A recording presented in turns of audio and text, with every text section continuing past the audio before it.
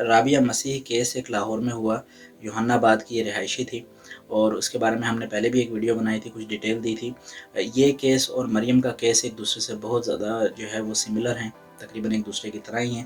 اور اس میں بھی یہی تھا کہ ایک اعجاز نام کا لڑکا تھا جس سے رابعہ کی دوستی تھی۔ یعنی اعجاز کا یہ موقف ہے کہ رابعہ جو ہے وہ میری منگیتر تھی، لیکن جو اس کے گھر والے ہیں وہ یہ کہتے ہیں نہیں جی کوئی منگنی نہیں ہوئی تھی، کچھ نہیں ہوا تھا، اور یہ جسٹ فرینڈس تھے، دوست تھے، مسیحی برادری سے ان کا تعلق ہے، کرسچن ہیں یہ لوگ۔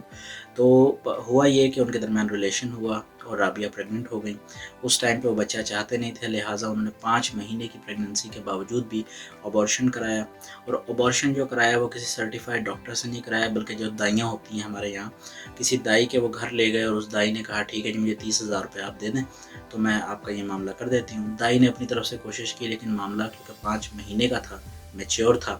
تو کام خراب ہو گیا۔ اب کام خراب ہوا، اس کا بلڈ لاس ہوا، اس کو ڈائریکٹ ہسپتال لے کے گئے، جب ہسپتال لے کے گئے تو وہاں اس کی وفات ہو گئی۔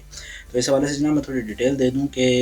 اس کی جب پوسٹ مارٹم کیا گیا تو پتہ یہ چلا کہ بلڈ لاس کی وجہ سے، یعنی ڈیورنگ ابورشن بہت زیادہ خون بہہ جانے کی وجہ سے اس لڑکی کی موت ہوئی ہے۔ اب اس کے گھر والے یہ کہتے ہیں کہ جناب اعجاز جو ہے وہ قاتل ہے ہماری بیٹی کا، اور ہمیں انصاف چاہیے، جیسے مریم کے گھر والے کہتے ہیں کہ اسامہ قاتل ہے۔ میں ان دونوں کا ڈسکس اس لیے کر رہا ہوں کیونکہ ان دونوں کیسز میں مماثلت بہت زیادہ ہے۔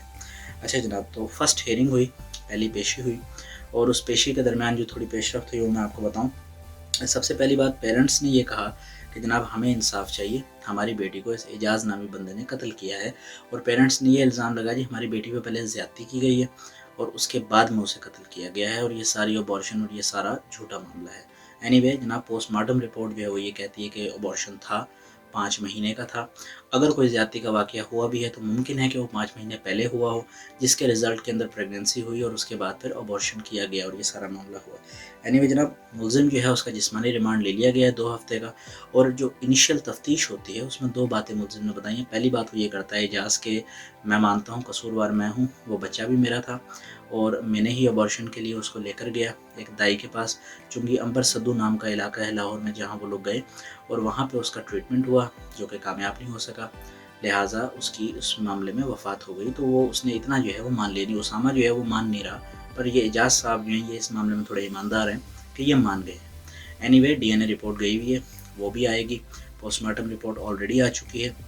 اس حوالے سے میں آپ کو بتا دوں کہ یہ جو اعجاز صاحب ہیں، ان کی بھابھی اور ان کی خالہ، یہ 2 خواتین ایسی تھی جو اس سارے واقعے کو جانتی تھی، اور انہوں نے مدد کی ہے ان کی اس سارے معاملے کو وائنڈ اپ کرنے میں، یا جو سمجھے کہ ختم کرنے میں۔ اچھا جناب، جو دفعات ان پہ لگائی گئی ہیں پاکستان پینل کوڈ کے تحت وہ بھی میں آپ کو بتا دوں۔ زیادتی یا ریپ کی جو دفعات ہوتی ہیں 376، دفعہ نمبر 376، اور دفعہ نمبر 338 لگائی گئی ہے ابورشن، یا یوں سمجھے کہ اس طریقے سے ابورٹ کرنا کہ جو کہ قانونی طور پہ غیر قانونی ہے، جس کے عوض میں جان چلی گئی ہے۔ اب اس میں جناب عمر قید بھی ہو سکتی ہے، پھانسی بھی ہو سکتی ہے، تو اب دیکھنا یہ ہے کہ بہرحال جو بھی ہیئرنگ ہوتی ہے اس حوالے سے میں آپ کو بتاتا رہوں گا۔ اور 30,000 روپے دے کے جناب یہ ابورشن کرایا گیا ہے، اور ایک نارمل دائی نے کیا ہے، کوئی سرٹیفائڈ ڈاکٹر، کوئی کلینک، کچھ نہیں ہوا، بس ایک دائی کے پاس گئے اور اس نے یہ معاملہ کر دیا۔